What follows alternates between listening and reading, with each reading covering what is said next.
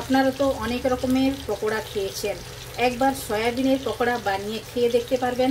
এটা দেখুন সয়াবিনের পকোড়া আমি বানাচ্ছি, আর এটা ম্যারিনেশন করে আমি 1 ঘন্টা রেখেছিলাম, তারপরে আমি পকোড়া বানাচ্ছি। তো কেমনভাবে আমি ম্যারিনেশন করেছি, কি কি দিয়ে ম্যারিনেশন করেছি সয়াবিনের পকোড়াটা বানানোর জন্য, তাহলে চলুন পুরো ভিডিওতে দেখে নেওয়া যাক। তো পকোড়াটা দেখুন কতটাই ক্রাঞ্চি, আওয়াজ শুনেই আপনারা বুঝতে পেরেছেন কতটাই ক্রাঞ্চি, আর তার সঙ্গে আছে গ্রিন চাটনি। তাহলে পুরো ভিডিওতে দেখে নেবো আমরা।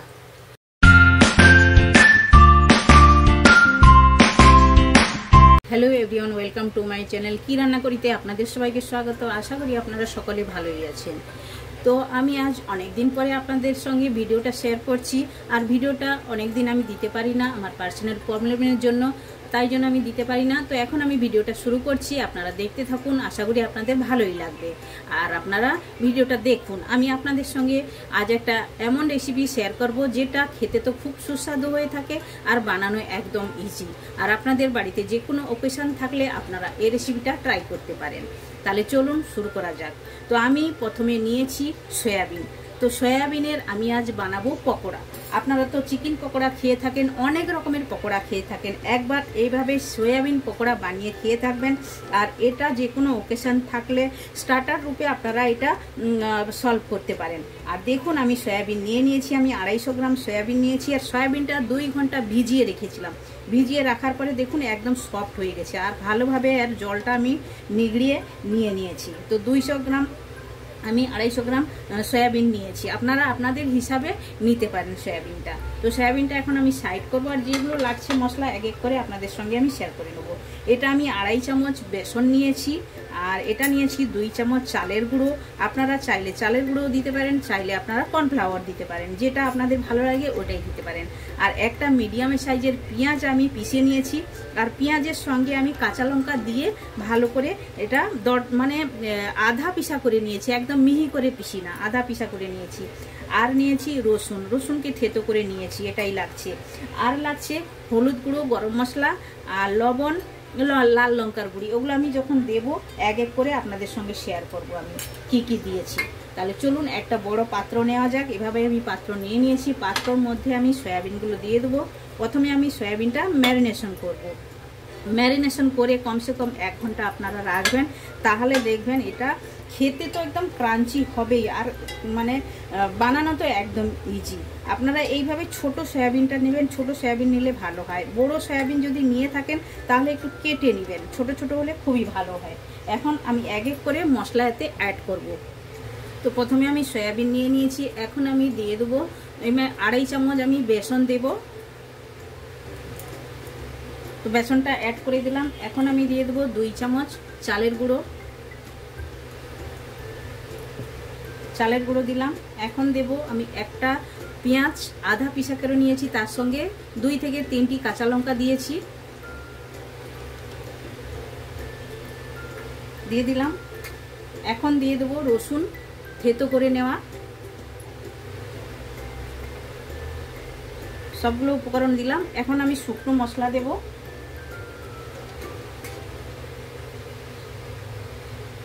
শুকনো মশলার মধ্যে 1/2 টেবিল স্পুন প্রথমে যাবে হলুদ গুঁড়ো,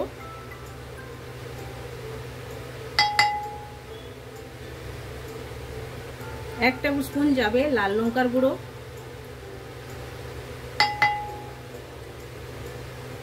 আর 1 চামচ যাবে এটা মালওয়ানি মশলা। মহারাষ্ট্রে মালওয়ানি মশলা পাওয়া যায়। আপনাদের কাছে মালওয়ানি মশলা না থাকলে আপনারা যে কোনো চিকেন মশলা দিয়ে এটা বানাতে পারেন, খেতে খুবই সুস্বাদু হয়ে থাকে। তাহলে চলুন আমি দিয়ে দেবো। তো এখন আমি অ্যাড করে দেবো স্বাদ মতো লবণ।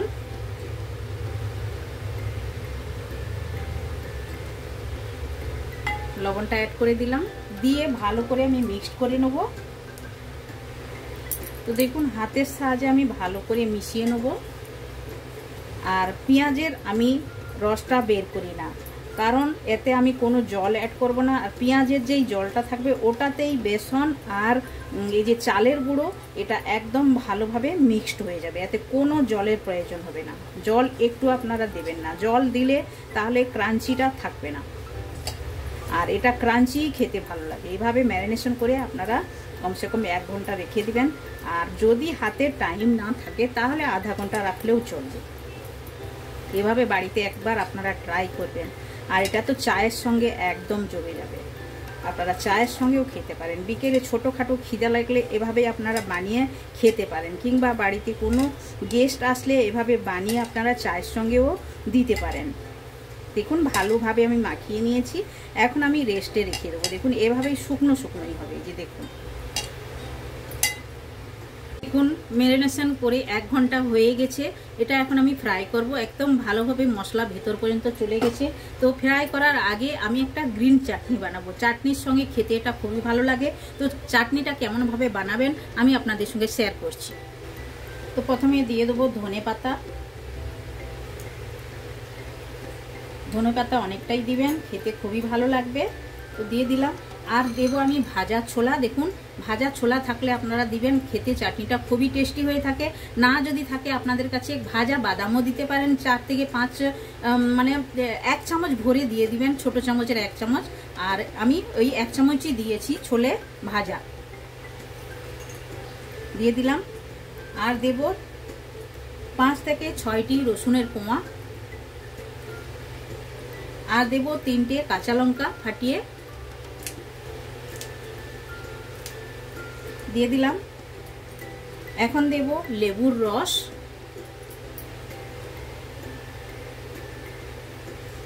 লেবুর রসটা দিয়ে দিলাম। এখন দেব স্বাদ মতো লবণ। তো দেখুন স্বাদ মতো লবণ দিলাম, দিয়ে একটু জল দেব। জলটা দিয়ে আমি চাটনিটা পিষে নেব। জল দিলাম। দেখুন চাটনিটা আমার একদম রেডি হয়ে গেছে। এভাবেই করে পিষে নিতে হবে। এটা খেতে খুবই টেস্টি হয়ে থাকে। আপনারা যে কোনো পকোড়ার সঙ্গে এটা খেতে পারেন, কিংবা আপনারা ঘরে স্যান্ডউইচ যদি বানান এটাতেও এই চাটনিটা খুবই ভালো লাগে খেতে। তাহলে চলুন এখন ফ্রাই করে নেব সয়াবিনগুলো। তো কড়াই আমি গ্যাসের মধ্যে বসিয়ে দিয়েছি, তেলও দিয়ে দিয়েছি। তেলটাও আমার গরম হয়ে গেছে। তেল গরম হয়ে যাওয়ার পরে গ্যাসের ফ্লেমটা একদম স্লো করে দিতে হবে, দিয়ে একটা একটা করে এভাবেই ছেড়ে দেবেন। আর এটা একদম ধিমা আঁচেই আপনারা ফ্রাই করবেন, মানে একদম স্লো আঁচতেই ফ্রাই করতে হবে। হাই করে দিলে জ্বলে যাবে, কিন্তু ক্রাঞ্চি হবে না। তাই জন্য তেলটা যখনই গরম হবে গ্যাসের ফ্লেম একদম স্লো করে দিতে হবে। দেখুন এভাবেই একটা একটা করে ছেড়ে দিলেই সুন্দরভাবে ফ্রাই হয়ে যাবে। দেখুন এভাবেই লাল লাল করে ফ্রাই করে নিতে হবে, একদম সুন্দরভাবে। কালারটা কতটাই সুন্দর এসছে, খেতে অতটাই টেস্টি। আপনারা একবার বাড়িতে ট্রাই করবেন। আর আপনারা চ্যানেলে আসুন, চ্যানেলে অনেক রকমের রেসিপি আছে, আপনারা দেখে যদি ভালো লেগে থাকে আপনাদেরকে একবার ট্রাই করে দেখতে পারেন রেসিপিগুলো। আর আশা করি আপনাদের ভালো লাগবে। আর আপনারা কমেন্ট করে আমায় বলুন আপনাদের রেসিপিগুলো কেমন লেগেছে। আর আপনারা কোথায় থেকে আপনারা ভিডিও দেখছেন আমায় কমেন্ট করে জানাবেন। তো দেখুন এটা ভালোভাবে ফ্রাই হয়ে গেছে, এখন আমি তুলে নেব। তো এভাবেই করে সবগুলো ফ্রাই করে নেব, আরও যেগুলো আছে। তারপরে আমি প্লেটিং করে আপনাদেরকে দেখাবো। দেখুন আপনারা এতটাই ক্রাঞ্চি হয়েছে, আওয়াজটা শুনুন কতটাই ক্রাঞ্চি হয়েছে। আর ভেতর থেকে একদম জুসি, উপর থেকে একদম ক্রাঞ্চি। তাহলে চলুন আমি প্লেটিংটা করে নেব। তো সঙ্গে আমি রেখে দেবো গ্রিন চাটনি। গ্রিন চাটনিটাও বানানো আমি দেখিয়েছি আপনাদেরকে। আপনারা এভাবে গ্রিন চাটনি বানিয়ে খেয়ে দেখবেন, খুবই টেস্টি হয়ে থাকে। আর সঙ্গে আমি একটু রেখে দেবো পেঁয়াজ কুচনো সাইডে, এভাবেই করে রেখে দিলাম পেঁয়াজ কুচনো। পেঁয়াজের সঙ্গে চাটনির সঙ্গে খেতে খুবই টেস্টি হয়ে থাকে। আপনারা চাইলে একটু শশাও কুচিয়ে নিতে পারেন, খেতে আরও ভালো লাগবে। তাহলে দেখেন কতটাই আমি সুন্দরভাবে বানিয়েছি, একদম ক্রাঞ্চি। একটা আমি খেয়ে আপনাদেরকে আওয়াজ শোনাচ্ছি, আওয়াজটা শুনলেন কতটাই ক্রাঞ্চি হয়েছে। আপনারা বাড়িতে এভাবে একবার বানিয়ে খেয়ে দেখতে পারেন। এই সয়াবিনের পকোড়া রেসিপি, অনেক রকমের পকোড়া খেয়েছেন, একবার এভাবেই পকোড়া বানিয়ে খেয়ে দেখবেন, খুবই টেস্টি হয়ে থাকে। তো আপনারা একবার বানান, খান। কমেন্ট সেকশনে কমেন্ট করে আমায় বলুন আপনাদের এই সয়াবিনের পকোড়া রেসিপিটা কেমন লেগেছে। ভালো লেগে থাকলে লাইক শেয়ার কমেন্ট করবেন। আর যারা এখন পর্যন্ত চ্যানেলটি সাবস্ক্রাইব করেননি প্লিজ চ্যানেলটি সাবস্ক্রাইব করে নেবেন, বেল আইকন অবশ্যই প্রেস করবেন, তাহলে নিত্য নতুন রেসিপি আপনারা সঙ্গে সঙ্গেই দেখতে পাবেন। আবার দেখা আছে নতুন কোনো রেসিপির সঙ্গে। সবাই ভালো থাকবেন, সুস্থ থাকবেন। আপনারা আপনাদের কিমতি টাইম আমায় দেওয়ার জন্য আপনাদেরকে অনেক অনেক ধন্যবাদ।